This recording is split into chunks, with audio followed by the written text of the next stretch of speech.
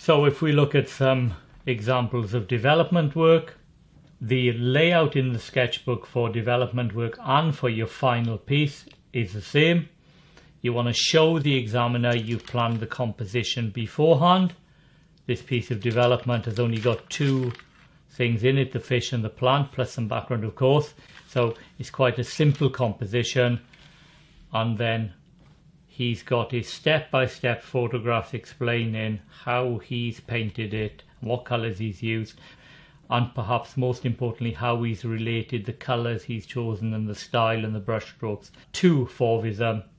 And then it's important to have at least some artwork. So he's practiced doing the leaves here, short brush strokes, brighter colours, more Fauvistic colours, and then these techniques and these experiments have found their way into the final painting, which will be a bigger piece put onto one of the black sheets. If we look at another example of Fauvism development for the fish project, when you look at this, the first thing you see is not a plan for his piece of development. He's got an exaggerated sort of green and pink colours for the sea life and the fish he's working from. He's explaining his step-by-step approach. So he's got a bit of artwork, he's got his step-by-step approach. And although he hasn't got a plan, which will lose him some marks, he's got the sort of layout of the piece here, and then he's got an analysis of his final piece and what he felt went well.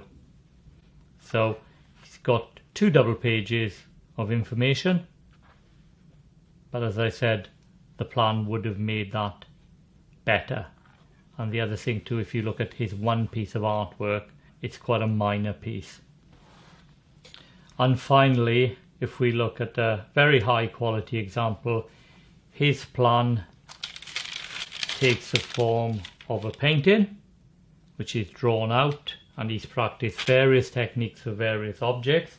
So if we compare it back to this one, we have something done on Photoshop, or maybe on using different elements, moving them about on something like PowerPoint, and we have a minor piece of artwork here, still quite a good standard, whereas this example takes it a stage further. The plan is done by hand and painted in.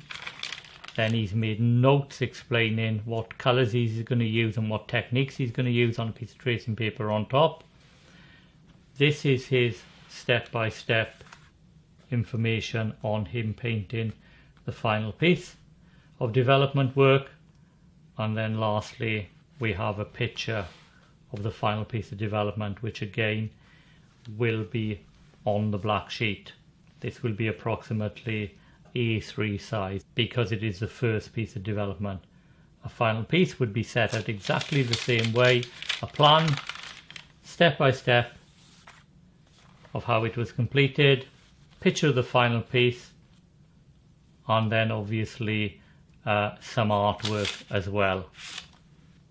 The only thing perhaps he's not done is he hasn't got a final evaluation